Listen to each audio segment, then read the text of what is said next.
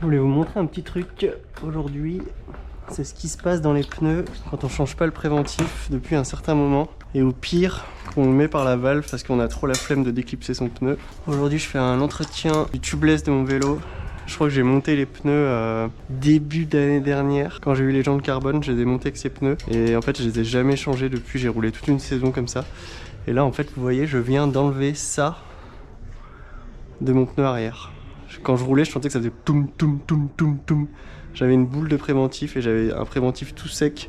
J'avais plus rien dans le pneu et j'avais ça à l'intérieur. Je vais faire pareil pour l'avant. Donc moi, je roule en insert Panzer.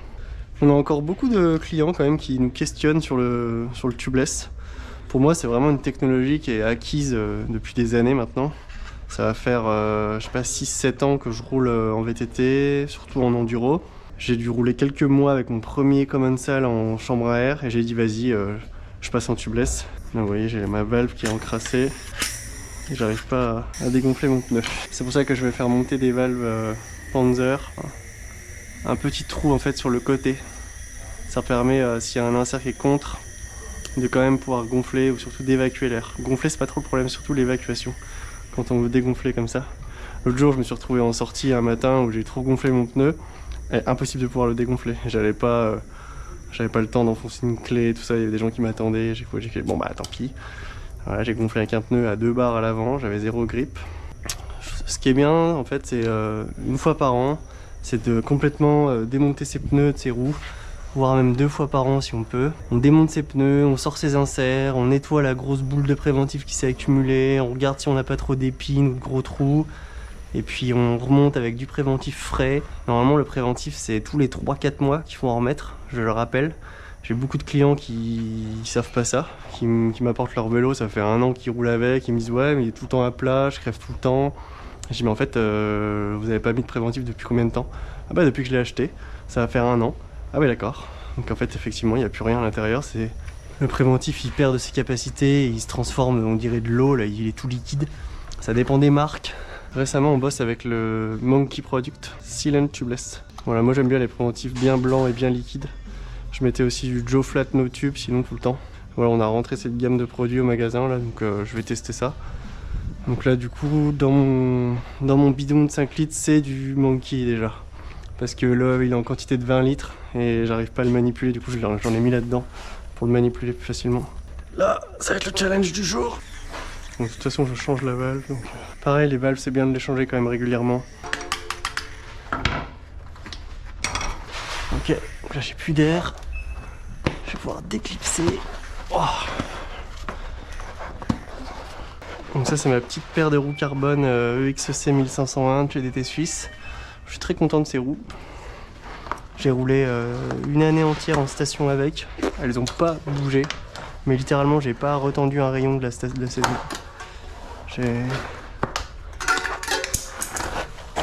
Donc là, ouais, c'est tout collé à l'intérieur.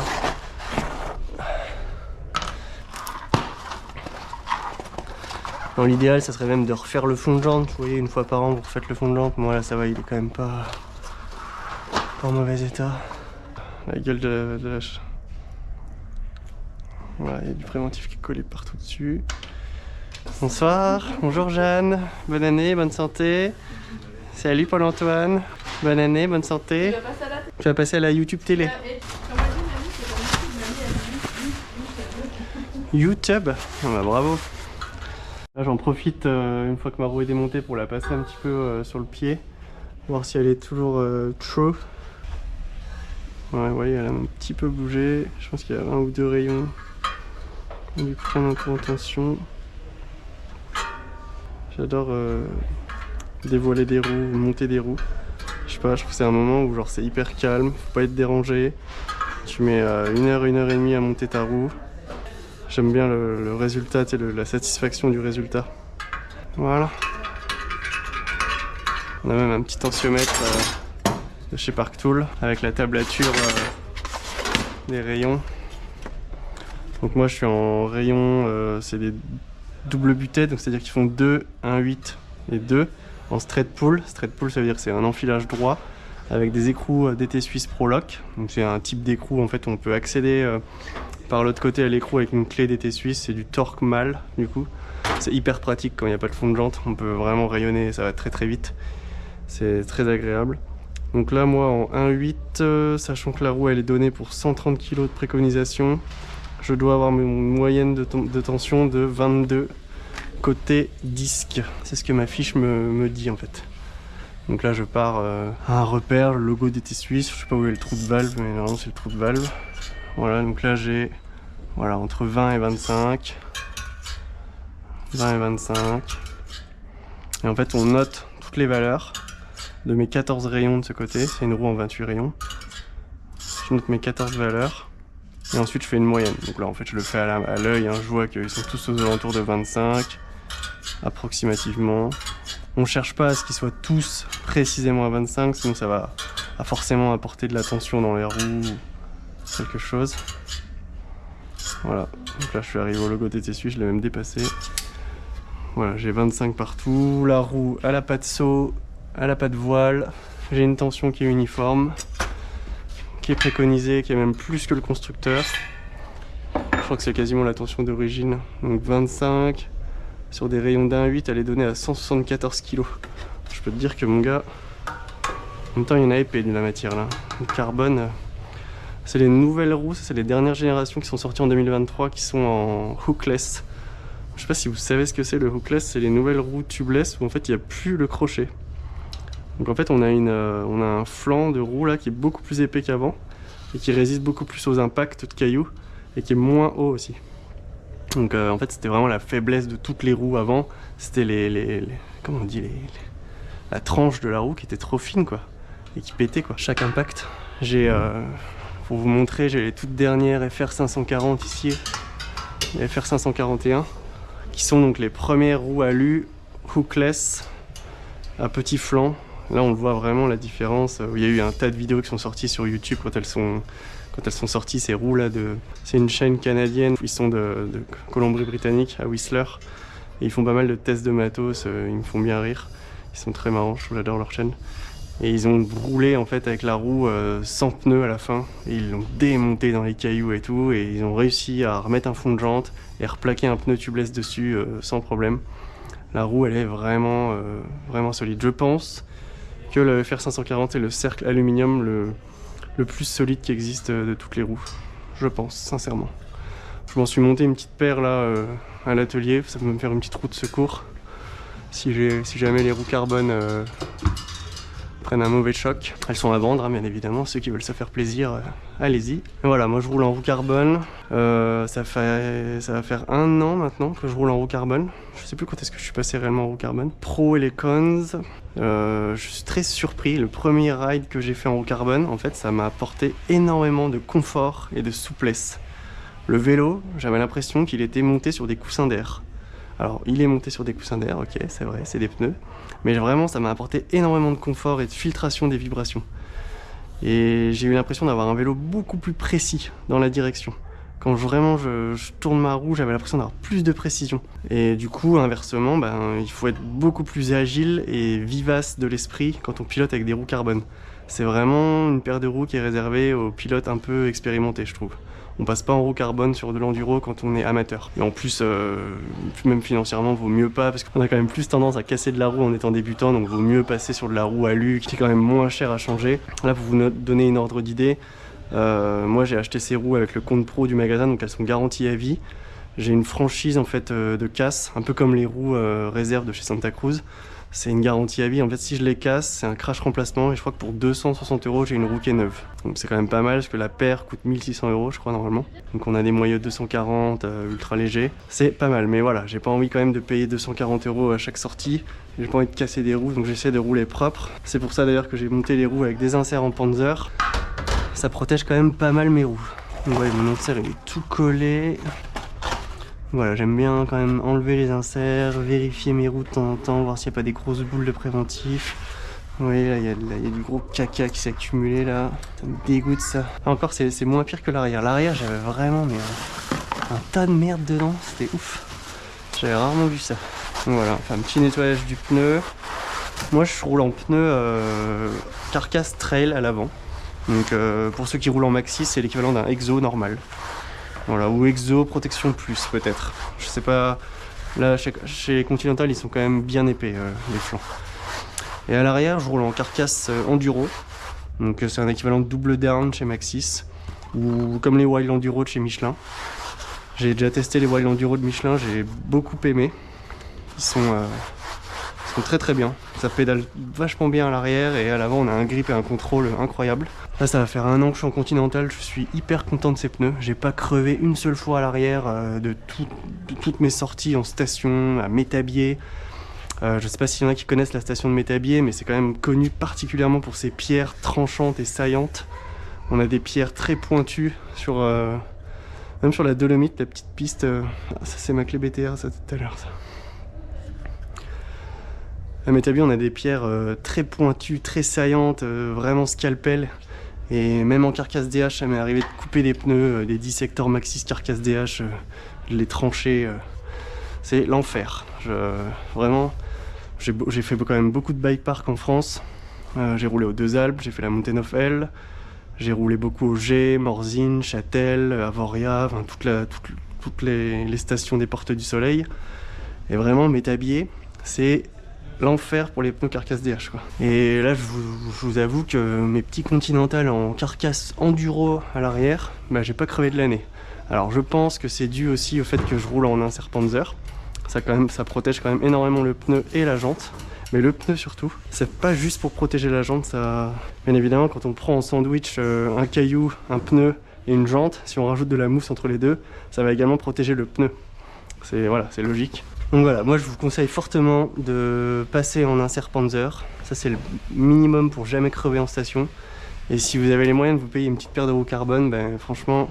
Ça apporte énormément de nervosité au vélo. J'ai pas vraiment gagné de poids. Ça, c'est une question qu'on m'a beaucoup posée. Est-ce que tu as gagné du poids? Tu as gagné combien et tout ça? Eh ben, pas du tout. J'étais en EX 511 avant.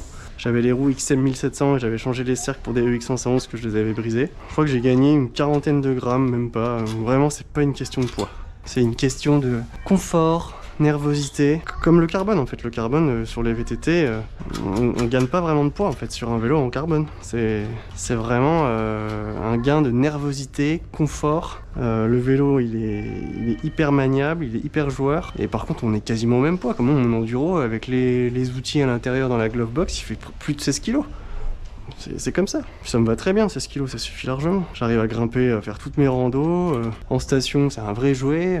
On n'est plus au gain du poids aujourd'hui. Voilà, donc valves remontées, c'est des valves Panzer. La même marque que les inserts. C'est des valves qui permettent vraiment l'évacuation de l'air quand l'insert est reposé sur le trou. C'est pas bête. Après, je sais pas si vous avez regardé ma vidéo d'avant, j'ai eu un client qui avait des valves Santa Cruz Reserve. J'aimerais bien essayer. C'est des valves où en fait il n'y a plus le corps de valve en début de valve. En fait c'est toute une grande tige et le corps il est ici. Ça fait vraiment une évacuation champignon. Allez voir sur internet, tapez valve Santa Cruz Reserve. Je crois que ça doit être une trentaine ou 40aine d'euros la paire de valves par contre. Mais bon, quand on aime, on ne compte pas. Hein. C'est beaucoup d'amour ces vélos donc... Remontage du pneu avec l'insert Panzer. C'est parti, on va se battre avec le pneu. J'ai une petite technique où je mets le moyeu opposé au disque pour pas abîmer le disque. Comme ça par terre. Je fous mon insert tout dans ma roue. Donc là l'insert il est complètement rentré dans la jante. Peu importe là la valve ou pas. Ensuite on cale bien l'intérieur du pneu.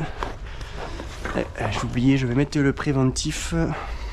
Voilà, donc moi j'aime beaucoup verser mon préventif dans un gobelet mesureur.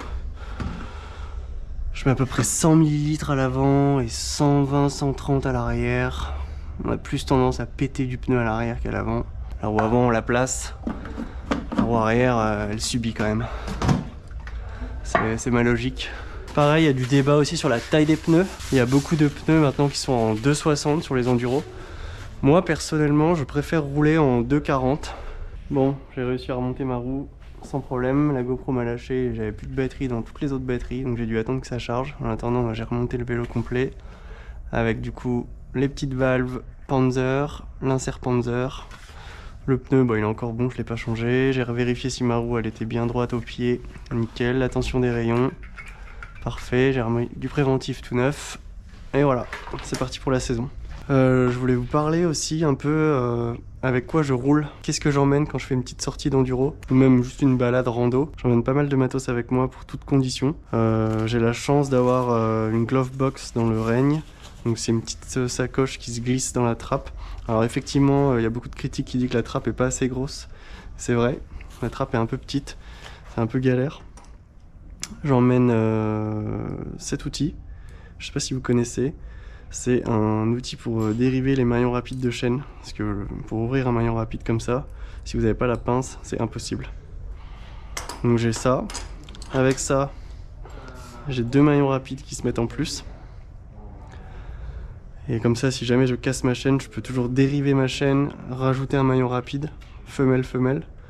Donc ça peut sauver la sortie. J'ai un morceau de chaîne T-Type avec encore un maillon rapide ici. Ça, j'emmène dans ma sacoche. Donc ça, c'est tout ce qui est pour la chaîne. J'ai sur mes clés de bagnole un porte-clés chaîne. Donc c'est de la Eagle 12 vitesses. Ça sera compatible avec la T-Type et puis surtout sur mon vélo électrique aussi. Ça peut aller sur les deux avec un morceau de maillon rapide du coup aussi. Ça peut toujours servir, voilà. J'ai un vieux dérive chaîne tout pourri que j'emmène aussi.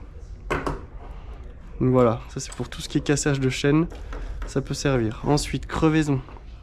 J'ai une pompe classique. J'ai 2 cartouches de CO2 avec un percuteur que j'ai entouré avec des morceaux de chambre à air et du scotch parce que ça devient hyper froid quand on dégaze et ça évite aussi le bruit gling dans la sacoche. Donc voilà, percuteur de CO2 pour claquer le tubeless. Et si jamais à la fin vous n'avez pas encore assez de pression, bah, je peux finir avec la petite pompe. Ça peut servir. Dans ma sacoche, j'ai un multitool Decathlon Between, voilà, avec du torque, tournevis plat, enfin un peu toutes les clés de mon vélo. Et dans le vélo, donc dans la sacoche que je mets dans le vélo, en fait, je mets ce petit multitool encore en plus. Parce que des fois, ça m'arrive vraiment de faire une toute petite sortie où j'ai pas de sacoche. Mais c'est quand même très rare. Donc je mets quand même ça au cas où. C'est très léger, hein, ça fait moins de 100 grammes. Je mets ça. En bouffe, au magasin, on a un petit peu de nutrition. Du coup, je prends des barres dans le magasin. Ça, c'est des petites barres Punch Power aux amandes. Elles sont pas mauvaises. Je mets 2 petits gels pour vraiment au cas où je me perds et je suis en hypoglycémie puis il faut que je rentre. Je voulais vous parler aussi de mon ogive que je m'insère dans le cul pour transporter du cannabis hors des frontières avec cocaïne et etc. Ça marche très bien. C'est indétectable au radar vu que c'est en aluminium. Et à l'intérieur, je peux ranger mes petits inserts. En fait, c'est des mèches de la marque Dynaplug qu'on fait des trucs trop stylés, usinés CNC. En fait, on a des petites mèches qu'on vient glisser là-dedans. Et en gros, on vient enfoncer ça dans le trou du pneu. Et quand on revient lâcher, paf, ça reste dans le pneu en fait. C'est comme ça qu'on insère les mèches Dynaplug. Et c'est plutôt bien fait, j'aime beaucoup ce qu'ils ont fait comme outil. Une ogive anale très bien faite. Voilà, avec des outils pour des trucs plus grands, des petits pics ultra pointus pour écarter un peu les trous. Enfin, il y a tout un tas de petits outils à l'intérieur. Là, j'ai une petite lame de cutter. Voilà, donc du coup, j'ai ça dans ma sacoche. Ça se ferme, il y a un petit joint torique. Ça reste étanche. Voilà. Ça existe en plusieurs couleurs, couleur anodisée raw, couleur noire. Je crois qu'il y a peut-être des couleurs maintenant qui existent. Ça c'est Dynaplug, on commande ça chez Mohawk, notre fournisseur. Très sympa. J'ai un petit rouleau de scotch Wurtz, ça peut toujours servir si on casse un morceau de vélo, un levier de frein ou je sais pas. Attendez, je vais pas m'éparpiller, ça c'est le scotch. J'ai une petite boîte avec sur la boîte un scratch. Ça, je m'en sers pour attacher mon bidon l'été quand je roule en station, parce que le bidon il a tendance à se barrer. Du coup, je mets ça encore en plus. Quand je fais des petites sorties tranquilles, je mets pas ça, mais bon, en station, je rajoute ça pour tenir mon bidon quand je fais mes sorties. Et là, j'ai une petite boîte dans laquelle j'ai du papier à poncer, des mèches type classique, avec un petit tournevis à mèche, mettre des mèches classiques. J'avais pas encore le truc Dynaplug à l'époque, donc voilà. J'ai de la rustine aussi. Ça m'est déjà arrivé de réparer un trou de pneu directement comme ça avec de la colle classique. J'ai même un adaptateur grosse valve. Si jamais vous êtes coincé, je sais pas où, vous pouvez toujours utiliser un compresseur de bagnole sur les stations de service. Ça peut toujours servir. Ça m'est jamais arrivé de m'en servir, mais voilà, je suis très prévoyant. Donc j'ai ça, voilà, que je ferme avec ça. Du scotch, j'en ai déjà parlé. Un petit paquet de mouchoirs. On sait jamais, des fois qu'on a une petite crève ou qu'on a envie de se moucher. Non, je plaisante, surtout si on se blesse, ça peut toujours servir pour nettoyer la plaie. J'ai pas de désinfectant, mais par contre, dans ma sacoche, j'ai toujours, en cas de grosse blessure, j'ai une couverture de survie, de la corde pour tirer quelqu'un, des pansements, ça peut servir, je roule toujours avec ça, des monts de pneus, donc ça va avec les crevaisons. J'ai un Apple AirTag, dans mon vélo je mets un Apple AirTag, j'ai une paire de démons de pneus aussi, classique. Ça, ce petit outil fait éventuellement aussi démons de pneus, mais c'est de l'alu. Je préfère ne pas l'utiliser contre les roues carbone. C'est pas ouf. Ça, c'est mon porte-bidon qui se met sur mon... porte-bidon qui se met sur mon règne. Dans ma sacoche, j'ai toujours un petit coupe-vent. Donc l'hiver, des fois, je roule carrément en grosse veste, mais même en station l'été, je mets toujours mon petit coupe-vent. Un orage peut être très vite arrivé. Véridique, il y a eu des fois en station où le matin il faisait beau et à 14h il y a un nuage qui se lève et gros orage, à 15h grosse pluie, les télésièges s'arrêtent, on est coincé à Morzine. Enfin, ça m'a bien sauvé à certaines fois. Bon bah voilà, il est 14h, il fait presque nuit déjà, hein, on va aller se coucher. On a installé notre petit campement avec ma petite tendue. On a des toilettes juste là avec de l'eau chaude. Ah, c'est une petite pluie, ça va passer. C'est rien. Il y a une petite rivière qui se forme là. Il y a même des vidéos où on a fini dans les chiottes à manger le soir tellement il pleuvait, on pouvait même pas manger dans le camion. C'était l'enfer. Oh putain, faut que j'aille aux toilettes vite. Oh bah. Bonjour messieurs. Je peux aller aux toilettes, bah du coup. Dans ma sacoche, j'ai toujours aussi un peu de thunes. J'ai 5 balles, des compresses, des pansements, un riselant. Voilà, c'est des petits trucs de mécano. À force de faire des sorties, de voir des gars galérer ou de tomber, de se blesser, de rien avoir. Donc voilà, je roule avec une petite sacoche Evoque, c'est un hip pack. C'est des sacoches qui se mettent que sur la hanche. J'aime bien avoir les épaules libres. Et je roule souvent avec une dorsale aussi. Donc ça permet juste d'avoir la sacoche sur les hanches et la dorsale, donc du coup ça gêne pas avec le sac à dos. Je roulais avec un sac à dos avant, mais c'est vrai que c'est un peu chiant. Du coup ça tient sur un côté dans les poches filets. Et à la limite je peux rajouter un autre bidon ici si jamais je veux. Voilà, moi je suis prêt pour la sortie. Si vraiment je crève, mèche, percuteur, si vraiment ça va pas, je peux à la limite prendre une chambre à air. Mais vraiment ça fait, je vous dis, ça va faire je sais pas 6-7 ans que j'ai pas eu besoin d'une chambre à air quoi. Vraiment, littéralement, je crève plus jamais quoi. Et j'ai pas peur de partir sans rien du tout, même en station où je suis parfaitement confiant de mes pneus. Carcasse enduro avec un Serpanzer préventif. Vous êtes vraiment tranquille quoi. Voilà pour les petits tips de sortie d'enduriste. Ce qu'on a pu rencontrer comme problème lors des sorties. Je me suis dit putain, faudrait que j'ai ça, faudrait que je prenne ça. Voilà, à force, ça va faire une dizaine d'années que je roule comme ça maintenant. Et ça m'a toujours bien servi. Et puis ensuite, avec moi, j'emmène 50 centilitres de préventif. Hein, jamais tomber en panne de préventif. Je prends aussi mon compresseur. Voilà, petite pompe d'appoint, nickel. Ça, c'est nickel dans le camion. Je l'emmène toujours avec moi. Moi, je suis sûr de bien claquer les tubeless. Non, je rigole. Non, le préventif, en vrai, ce serait pas con des fois d'emmener une petite fiole comme ça. C'est pas très lourd. Ça peut éventuellement servir. Ça fait 60 ml. On met une par pneu, tu vois, vraiment, si tu crèves et que t'avais pas remis de préventif depuis 6 mois et que t'as plus rien, ça peut peut-être te sauver une sortie. Tu peux éventuellement en avoir une ou deux dans ton camion ou dans ton sac. Mais vraiment, si tu fais tes appoints de préventif régulièrement, t'es consciencieux de ça, normalement t'auras pas de soucis. Quand je fais des grandes sorties entre légers et on va jusqu'en Suisse, on prend la journée entière, c'est bien d'avoir quand même tout ce qu'il faut pour réparer son vélo. Ce serait quand même dommage d'être coincé en Suisse ou coincé à 150 km de la maison à part les petites routes de merde pour aller venir te chercher quoi. Tout est là.